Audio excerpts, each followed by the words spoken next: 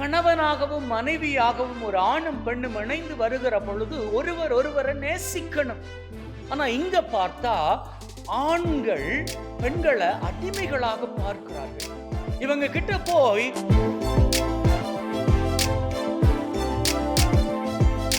அன்பின் உள்ளங்களை இன்னைக்கு நற்செய்தியில இயேசு ஆண்டவர் கிட்ட வந்து ஒரு கேள்வி கேட்கிறாங்க. விவாகரத்து சரியா தவறா அப்படின்னு சொல்லி. அதற்கு இயேசு அவர்களிடமே ஒரு கேள்வி கேட்கிறார். சரி, இது குறித்து மோசே என்ன சொல்லி தந்திருக்கிறார்? அதற்கு அவர்கள் சொல்லுகிறார்கள், மணவிலக்கு சான்றிதழ் எழுதி விவாகரத்து கொடுத்து விடலாம் அப்படின்னு சொல்லி. அதற்கு இயேசுவின் பதில பாருங்க.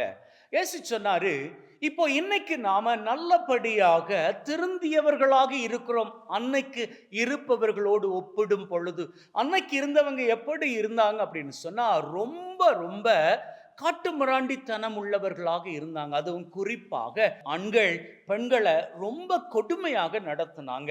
பெண்களை காட்டு மிராண்டித்தனமாக நடத்தினாங்க. திருமணத்துல இணைகிற பொழுது ஒரு ஆண் பெண்ணை அடிமையாக பார்த்தான். அதனால அவள் சரியா சமைக்கல, அல்லது நல்லபடியாக துணி துவைச்சு கொடுக்கல, அல்லது அவன் கேட்கின்ற காரியங்கள் பண்ணல அப்படின்னு சொன்னா அவளை அடி அடி அடி என்ன அடிச்சு சமயங்கள்ல கொன்னு போட்டுருவான். இப்படி நடந்த சூழ்நிலையை பார்த்துட்டு மோசே யோசிக்கிறார், இது என்னது காட்டு மிராண்டித்தனமாக இந்த பெண்களை ஆண்கள் அடிமைப்படுத்துறாங்களே, அப்ப என்ன பண்ணிக்கலாம்?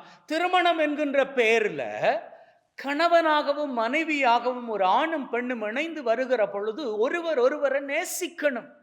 ஆனா இங்க பார்த்தா ஆண்கள் பெண்களை அடிமைகளாக பார்க்கிறார்கள். இவங்க கிட்ட போய் அன்பு, நேசம், பாசம் இதெல்லாம் இப்போ பேசிக்கிட்டு இருக்க முடியாது. ஏன்னா அதை கேட்டுக்கிற நிலையிலேயே ஆண்கள் கிடையாது. அப்போ என்ன பண்ணிக்கலாம்? அட்லீஸ்ட் இந்த பெண்களினுடைய வாழ்க்கையாவது காப்பாத்திக்கணும் என்பதற்காக மோசே ஒரு சட்டத்தை போடுறாரு. இந்த பாருப்பா, நீ திருமணம் பண்ணிக்கிட்ட உன்னுடைய மனைவி இருக்கிறாளே, அவள் உனக்கு நல்லா சமைச்சு போடல, அல்லது துணி துவைச்சு கொடுக்கல, நீ சொல்றதும் பண்ணல, உனக்கு பிடிக்கல அப்படின்னு சொன்னா அவளை அடிக்காத, அவளை துன்பப்படுத்தாத. நீ ஒரே ஒரு காரியம் பண்ணிக்கோ, மணவிலக்கு சான்றிதழ் ஒன்று எழுதி அவகிட்ட கொடுத்துரு. அதோடு அவளும் விடுதலை அடைந்து விடுவாள், நீயும் ஹாப்பியாக இருக்கலாம். இப்போ இயேசு ஆண்டவர் இந்த சம்பவத்தை அவர்களுக்கு சுட்டி காட்டி சொல்றாரு. அன்னைக்கு இருந்தவங்க காட்டு மிராண்டித்தனமாக நடந்துக்கிட்டாங்க, பெண்களை அடிமைகளாக பார்த்தாங்க. அதனால அன்னைக்கு விவாகரத்து தேவைப்பட்டது. இன்னைக்கு தேவைப்படுதா? ஏன்னா இன்னைக்கு ஆணும் பெண்ணும் சமம் அப்படின்னு சொல்லி வாழுகிறோம். ஆணுக்கு இருக்கக்கூடிய அத்தனை உரிமைகளும் பெண்ணுக்கும் இருக்கிறது அப்படின்னு சொல்லி நாம வெளிப்படையாகவே சொல்லி வாழுகிறோம். இந்த நிலையில ஒரு ஆணும் பெண்ணும் கணவன் மனைவியாக இணைகிற பொழுது அவர்களுக்குள் விவாகரத்து அது தேவையா? ஏன்னா திருமண வாழ்க்கை என்பது இரண்டு பேர் சம்பந்தப்பட்ட காரியம் கிடையாது, இரண்டு குடும்பங்கள் சம்பந்தப்பட்ட காரியமாகும். ஒரு கணவன் ஒரு மனைவி, இந்த ரெண்டு பேரும் இணைகிற பொழுது அவர்களது குடும்பங்களும் அங்கே இணைந்து கொள்கின்றன.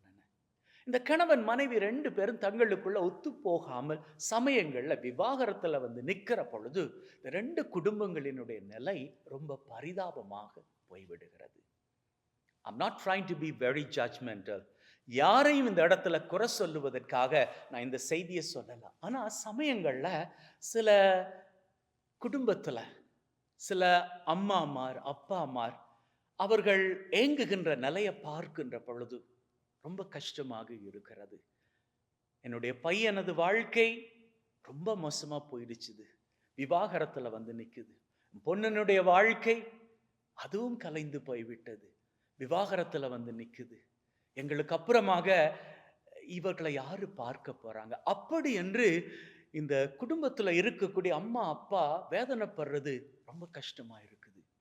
அதற்காக என்னதான் உங்களுக்குள்ள பிரச்சனை இருந்தாலும் நீங்க பொறுத்துட்டு போங்க, சரி அடிபட்டு நீங்க செத்து போனாலும் பரவாயில்ல அப்படின்லாம் சொல்ல வரல. ஆண்டவரது துணையை நாடுங்க. சமயங்கள்ல நம்ம குடும்பம் புது குடும்பமாக இருக்கிற பொழுது, அதாவது திருமணமாகி அப்போதான் ஏதோ ஒரு மாதம், ஒரு வருஷம், 2 வருஷம், ஒரு 5 வருஷம் இதுக்குள்ள குடும்பத்துக்குள்ள வரக்கூடிய சண்டை சச்சரவுகள், புரிந்துணர்வு இல்லாமைகள், இவற்றிலெல்லாம் நம்மால சரியான முடிவு எடுக்க முடியலையா? உடனடியாக நம்ம ஆண்டவரை நாடுவோம். அப்படி நாம நாடுகிற பொழுது அவர் வெளிப்படுத்துவார்.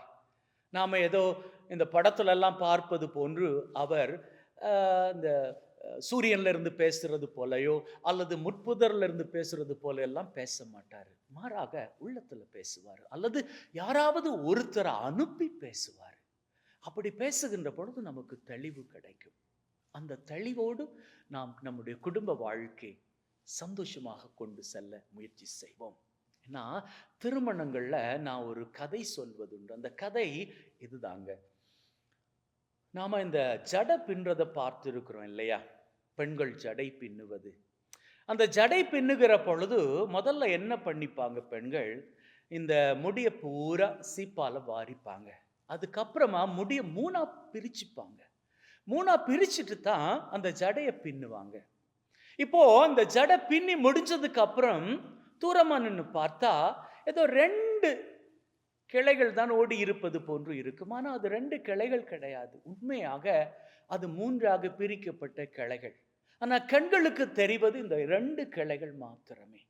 நான் என்ன சொல்ல வர்றேன்னு தெரியுமா? கணவன் மனைவியாக நீங்க குடும்ப வாழ்க்கையில இணைந்து இருக்கிற பொழுது நீங்க 2 பேர் மாத்திரம் இணைந்து இருக்கல்ல, உங்களுக்கு இடையிலாக கடவுள் இழையோடப்பட்டு இருக்கிறார். அவர்தான் அந்த 3வது கிளையாகும். ஆகவே தான் சொல்லுகிறேன், கடவுளால் இணைக்கப்பட்ட வாழ்க்கையை கடைசி வரை பிரிவோடு அல்லாமல் இணைந்த வாழ்க்கையாக வாழ்ந்து கொள்ளுங்கள். ஆண்டவரது ஆசீரும் அவரது பக்க பலமும் துணையும் உங்களோடு இருக்கும். ஆமென்.